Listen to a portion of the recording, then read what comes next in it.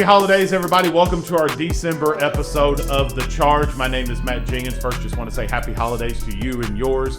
Hopefully, you're watching this podcast, sitting back, relaxing on the couch, and hopefully praying that we maybe get some cooler weather here, but it's looking like the Christmas season's going to be a little bit warm this year. For our December episode, we had to bring back the Chancellor of Arkansas State University, Dr. Jennifer Methvin. Boss, it's been an incredible year, and I think that's why we wanted to just kind of recap the year. Obviously, I came aboard in about mid-June, so I've got about 6 months of going here, but we just wanted to kind of recap the year because it's been an incredible year again here at ASU-Beebe. It has been an incredible year in 2025 at ASU-Beebe. So many wonderful projects, so many wonderful grants, so many wonderful students, so many wonderful new employees. So it's been an incredible year.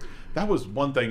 Me and Courtney were kind of compiling all the things. We'll talk more about kind of all of the highlights of the year. I think the biggest thing, too, is Andrea liked to joke here in this office that she was fully staffed here. You got a lot of new executive team members on your side of things.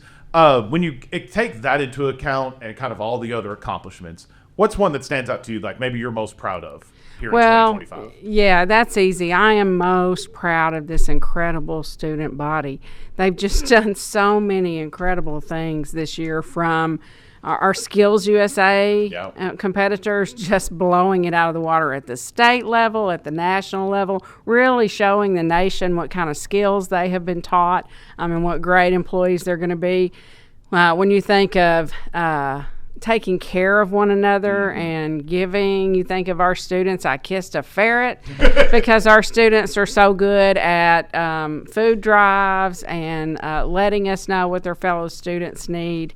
Incredible scholarships awarded to our students this year, a couple of national scholarships to a couple of our Phi Theta Kappa students, just all that our students have accomplished. I could just go on and on about that. Courtney, our video production girl, and I were putting down a list of all the highlights of the year, and you mentioned several of them. And one I want to get your thoughts on real quick. Giving Tuesday from this past year raised over $37,000. $37,000. That's incredible for a community. For this community, and a record, I believe it was, for Giving Tuesday. That'll go to the Student Emergency Hope Fund. Yes, and I will give you and Courtney some credit for that. The wonderful videos that we did for our annual scholarship banquet they just spoke so well to those folks who fund those scholarships that we're able to give every year. It's just a great blessing to our students. And we carried that thought and that theme over into Giving Tuesday, and really we're able to highlight our incredible students and be real about how it's sometimes $100, $150 challenge to that student and or their family that stops their education. Not their ability, not their want to, but life, attire, just something really, really simple. And we were able to highlight that really well because advancement is totally staffed, right? Marketing's totally staffed. So we can do a whole lot better job of that. And that is a record for us. Our end of the year giving is going well. We certainly don't have a total yet. And so, yes, that's just incredible. You mentioned those kids. Those kids get it. They understand. I mean, obviously they understood the project that we were kind of wanting to gear towards them with this, with Giving Tuesday and everything. But they all understood the gravity of what we were trying to promote and what we were trying to encourage the community to do. Yeah, and they were so open and honest with their real life circumstances, and not just kids, Matt. You know, so we've got a lot of non-traditional students, and they were willing to share their stories, and it was just incredible thing. So thank you so much to our patrons. Especially to the Hayes family, Robin and John the Hayes family. And, the Burrow family. The Burrow family, Todd and Leanne, just great supporters of the college, and really helped us, again, to tell that story. I believe the final count was $37,292 Isn't that incredible? For Giving Tuesday. Some other highlights throughout the year, you kind of alluded to a few of them. We celebrated 60 years at the Little Rock Air Force Base Campus Educational Partnership out there. Yes, we did, and that hits me home in an incredible kind of way. To think that we have been there and been partners with the Air Force, and they're providing instructional opportunities not just to airmen, but to citizens of Jacksonville and anyone who can be served there on that campus. It was just a really, really incredible thing, and what a super celebration we had. It was a really good, and that was my first big event that I got to do with you guys. And other than it being 9,000 degrees outside, it was 9,000 degrees, but we had wonderful attendance. Yes. We had the community come out and provide all kinds of opportunities for families and students. Our staff going out to make sure that everyone who attended the event understood educational possibilities with us. A great speaker, several great speakers who told their story of their journey through that campus, and a wonderful, beautiful coin that we're able to give as a commemoration. Graphic designer and Charlotte, they did an incredible job with that. Incredible job. And it's stuff like that, like little meaningful things, and that we can give out to the community that'll stick with them forever. Yeah. And that kind of capped off, and I made a little note here. Yeah. That kind of capped off in 2023. We celebrated 20 years of the Searcy campus being a part of ASU-Beebe. And in 2024, we celebrated 25 years of the Heber Springs campus. And then this year in 2025, we got to celebrate 60 years of the Air Force Base. And in 2027, we'll celebrate 100 years of ASU-Beebe. And that's just, that's pretty special. You got big plans for that yet? Oh, we've got big plans. There we go. How much? So you're going to keep Courtney and I probably pretty busy as well. Y'all are going to be really busy. But one really special part of this is a project that has been going on now for about 2.5 years. And I'm going to enjoy a final preview of that project over the holidays. And it's going to be pretty special opportunity. Pretty top. Interesting. I'm curious. Everyone will want one. That's all we're going to say. That's all I'm going to say. Ooh. Getting curious over here. But that's going to be that. And I think, like you mentioned, some big ideas of keeping us busy. There's so much that we could tell about this great place over 100 years. And where do you start? We have so much history. And another thing that Charlotte's been working on, of course, is rebuilding our alumni association, and that's just going to be a great build up. So that'll be the first opportunity 2027 to get all of those newfound alumni re-engaged with us and let them celebrate this campus and their classmates and their faculty and their staff. It's going to be a great year. Some other highlights all throughout the year: 9.5% enrollment increase for the fourth consecutive year. For the fourth consecutive year, we increased fall enrollment. Yeah. The largest graduating class for the nurses pinning ceremony this year: 28 RNs and 30 LPN pinnings were done, the largest that they've ever had. We received the Metallica grant. We received the Metallica grant. And we're still working on trying to get Metallica for the performing arts. Yes. There you go. That's what we need. That's a really, really rewarding grant for us because Metallica has been doing these grants all in our hands for 7 years. They do it really to reward really outstanding programs in the nation. So for our automotive technology program to be chosen, and it's providing us with resources for students, but also the very piece of equipment we need to complete our electric vehicle training needs. And so to be able to add that to what we do through that program is just pretty incredible. Performing Arts Series has been rolling good. The first ever True Crime Week series in the library. We launched this podcast that I know has been kind of in the works for several years now. But the thing that I want to really focus on too, and it's like you mentioned it heading into commencement, that commencement week, that's why we work and do what we do here. 403 total awards given out with degrees and certificates and everything. In a December. Yeah, that was even more shocking. In a December. Let me find it.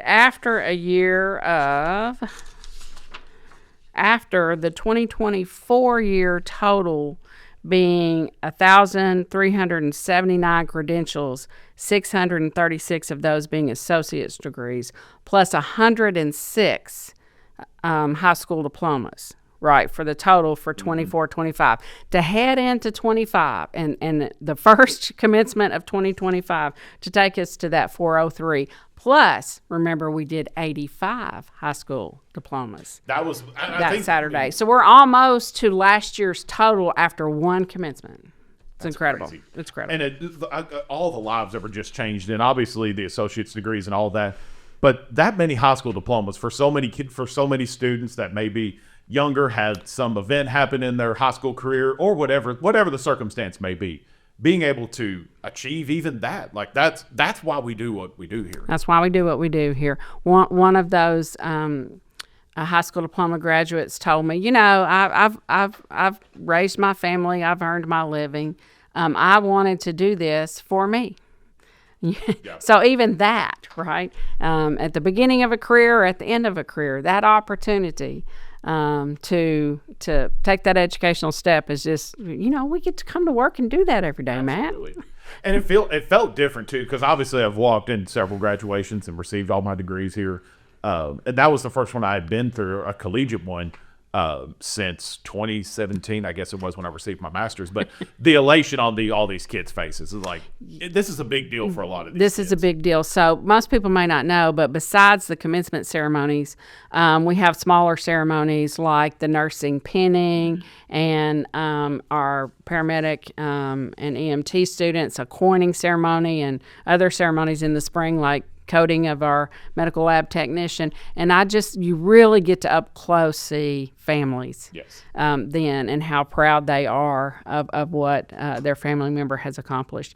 And so to watch the parents and the families, bless you, Yeah, you made it, to watch the families and of the high school diploma recipients, and then sometimes the support system. We work with a lot of nonprofits through adult ed, and they will bring a cadre of other folks to support those students. It's just, we're pretty blessed to get to do and this. It's cool too, just coming from the high school side of things too, and seeing kids that I have known since they were in 8th or 9th grade, and seeing them, and they've went through all the life. And one in particular, I won't say her name just for privacy reasons, but she's been through a lot.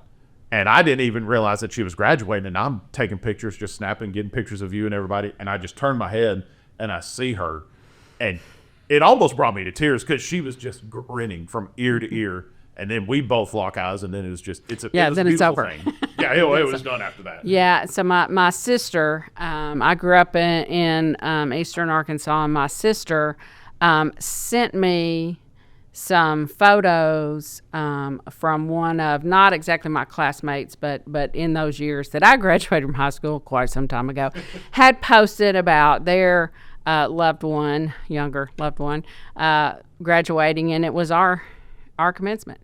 And then she connected me to who this was. Well, you remember so-and-so, right? You remember you were that one's age, but the little brother, well, that's the little brother's,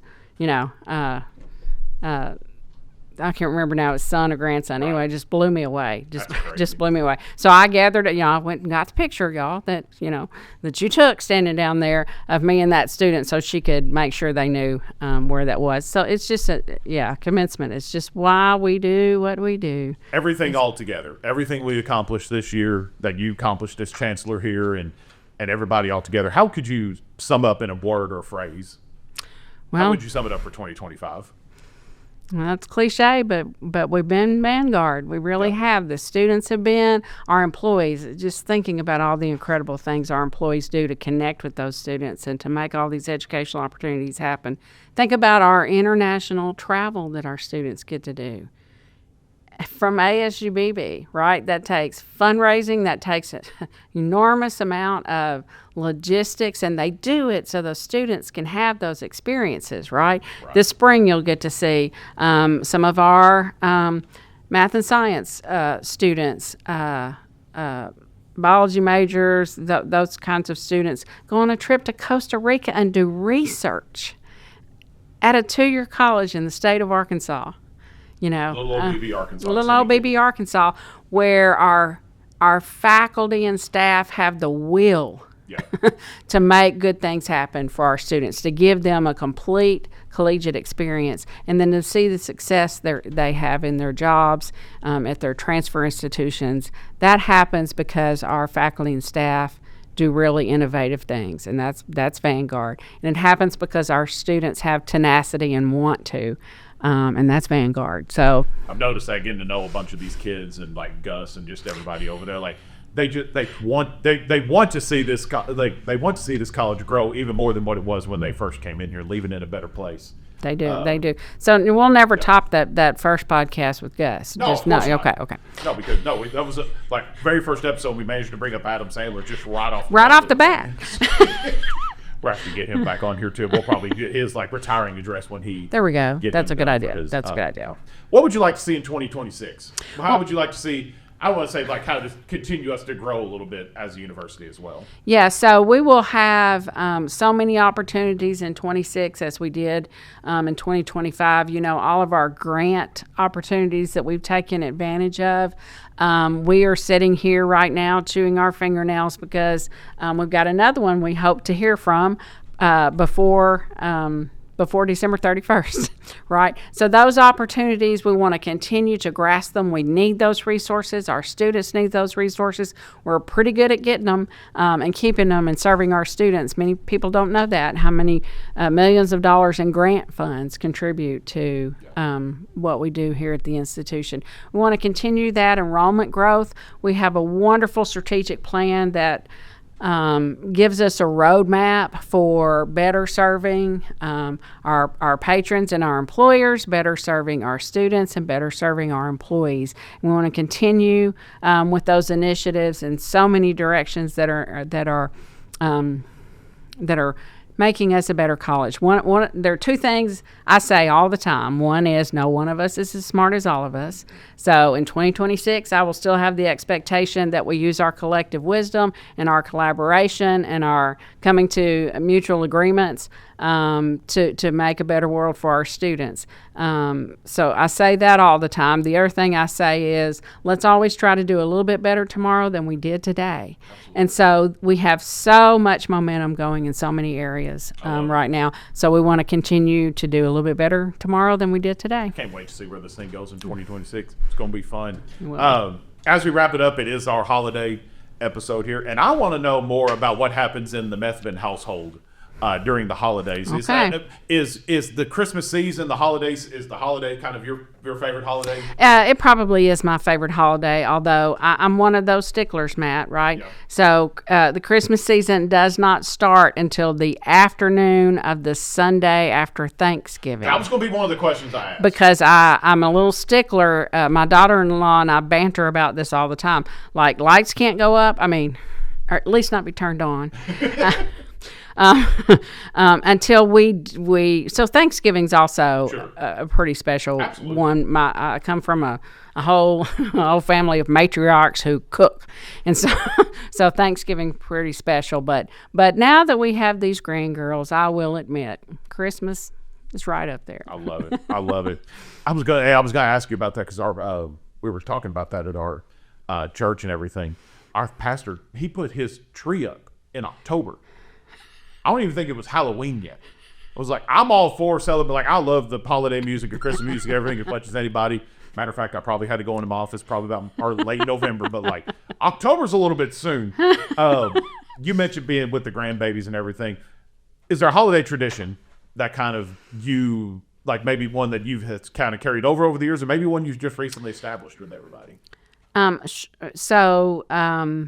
Both, I guess. So a couple of long traditions in our family is that we gather at my mom and dad's house on Christmas Day, even if it's later in the afternoon before you get there. And everyone just continues that tradition. My dad's about to turn 92. Wow. In January. And so Christmas afternoon, whatever happens at our individual homes, everyone who can get there in a car, his children, his children's children, his children's children's children, we gather that afternoon. We have special foods. We can almost name the food. We have special recipes, and sometimes we have competitions around those recipes. My mother was one of those really awesome Southern cheese straw makers. And so I didn't know I was going to get hungry. So a couple of years after her passing, we all, if you could have an entry in the competition, everybody who wanted to brought cheese straws. And my dad, with his beverage and those cheese straws, sat in the chair in the living room, and he was the judge. And my niece Courtney won, and now we've kind of all turned cheese straws over to her, and she is teaching her son, her youngest. Love that. So that's in my extended family. In our family, with our boys Luke and Matthew, who are now grown men, have families themselves, wives and families themselves. We have a continued tradition of exactly what we have for breakfast. We probably, how old is Luke? Nearly 30 years of the same breakfast that we've had. And so even though they're not always at our house on Christmas morning, at some point during the holidays when we are all together, we have that breakfast. We fondue at some point because that's what we always did with the boys on Christmas Eve. And so just a lot of some things that go in stockings are carried over, and we'll have to explain to the girls because to me like the Methvin place is the place to be. Well, we have a good time. Have a good time. I'm excited for this one too because our daughter was 5 months old. I think we're right around the holidays last year. So obviously we did the whole thing, but she didn't remember it. But now she'll be able to tear paper and the whole thing. Play with the boxes, despite all the money you've spent. Play with the boxes. That's the thing. Like we have just boxes and boxes because we're preparing to move, hopefully from about April next year too. All the toys in the world. That little girl would rather just play with an empty box than she would the Barbie Dream House or anything else. She's a great kid then. What I say. And if that's the case, I'll just go to Lowe's and buy every cardboard box and do it. So one of the best birthday parties we ever had when the boys were little was a dog themed one, and there's so much still here that has nothing to do with the holidays. But we made dog houses out of refrigerator boxes, and you've never seen kids have such a good birthday party. I love it. Last few here. What's your favorite Christmas movie? What's the holiday movie of choice? Or maybe one that kind of puts you into the holiday spirit. That's hard because they're two or three. Yeah. So probably It's a Wonderful Life, and it may not be so much because of the movie, although the movie's a classic we watch pretty often. But when our youngest, Matthew, was about probably 12 or so, he was in the cast for It's a Wonderful Life, the radio production or whatever it is. And you see the whole set of the radio station and all the sound effects and all the voices and all that. And he's doing most of the sound effects and the voice of the young ones. But Year Without a Santa Claus, I hate to tell you, really ranks up there. And all of those movies from that era. And all of the songs, which my grandgirls already know, Put One Foot in Front of the Other, and all those songs connected to all of those wonderful movies that were on in the 70s. It never really, I don't know if you could consider it a movie, but I always remember good. My mom she loved it. Was the Charlie Brown Christmas? Well, Charlie Brown Christmas, yeah. And that was always up there. Second to the Thanksgiving. Right. One and Halloween, Charlie Brown, yeah. Yeah. We have been known to have jelly beans, toast, pretzels. What's the fourth thing? Around the ping pong table. Yes. Yep. We've been known to do that. It was that, and then as I got older and kind of take more appreciation to it being like having a family now. Christmas vacation's always going to be. Yeah. Just being completely honest about it. So if my daughter-in-law and my husband were here, they would be fighting over whether Die Hard is a Christmas movie or not. Is it? So, no. Okay, thank you. Okay. And that was we did just a family feud over at our church for a Christmas party, and that was a question. And the church was split 50-50. Oh, it's my household split 50-50. And with my wife and everything you mentioned in that, we're a Harry Potter household. We love watching it, and there's always marathons of it during Christmas. So it's not a Christmas movie. Yes, it has the Christmas scenes in it, but does that constitute it to be a Christmas movie? I ain't no telling. But yeah, I agree with you about Die Hard. I agree completely. As we wrap up here on The Charge for our December episode, last episode of 2025, what message would you say to the Vanguard community? We've highlighted all the great stuff that's happened all throughout the year. What would be your message to them as we wrap this up and head into 26? Everyone needs a little downtime, a little time to focus, and we run 90 to nothing. One of our students asked me just last week, I said, "Are y'all happy to have a little break?" And this student said, "Yes, ma'am." And I said, "Well, next Friday at 3, we're going to shut it down and we're going to get a break." And he said, "Well, what are you going to be doing? Classes are all, what are y'all doing? Answer an email?" We go pretty fast and furious, our students and us, around here all of the time. And I'd like the Vanguard community and all of our patrons and supporters to know that it is okay in the year 2025 to take respite. And we have this opportunity with our particular holidays that we celebrate, our particular traditions, our particular rituals around those holidays to really reconnect and get replenished for the year ahead so that we can charge back in on that strategic plan, on our studies, on whatever work it is that we do in the world and focus on making the world a better place. But you can't do that all of the time. And to be able to focus in and spend time with your family and get real rest is an opportunity we have this time of year. And I hope everybody will take that comfort, spend that time, and enjoy and come back refreshed. Thank you for Thank you. Obviously, thank you for bringing me aboard, helping me get over here to ASU-Beebe. I cannot tell you how thankful and grateful I am for that, and for just leading this and for leading ASU-Beebe with grace and everything that you do for this. Thank you. Do for this college. I'm blessed to be here and be able to do it. And we're going to get ready for 100 years. 100 years coming Once up. we get this record button off here, I got to find out what this prize is, or Okay. the top secret is. It's not a prize. It's an opportunity for everybody. Ooh. Yeah. Opportunity. But Opportunity good. happy holidays and happy New Year's, everyone. That's Dr. Jennifer Methvin, Chancellor of ASU-Beebe. From all of us here at ASU-Beebe, happy holidays to you and yours. Happy New Year. And we will see you bright and early on the year 2026. When we get back here January 5th. January 5th, we'll be open back. back up for business. And open registration will be January 8th, Thursday, January 8th. Probably Tuesday the 6th, too, I believe. Tuesday the 6th, too. Probably so. It was always a good time to get registered here at ASU-Beebe. Guys, have a happy holidays. Happy New Year. We'll see you in 2026.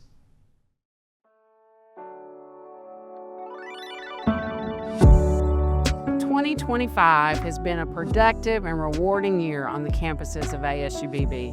I enter the holiday season very grateful and very thankful for our students, our employees, and for our communities. Our collective work and our enduring partnerships make a positive impact on students all over our state, and for that, I thank you. This holiday, I hope you're able to enjoy precious moments and lasting memories with your families. I hope that you relish and are restored by the traditions that make your holiday special. On behalf of everyone in the ASU-Beebe family, have a happy holiday and a prosperous and peaceful New Year.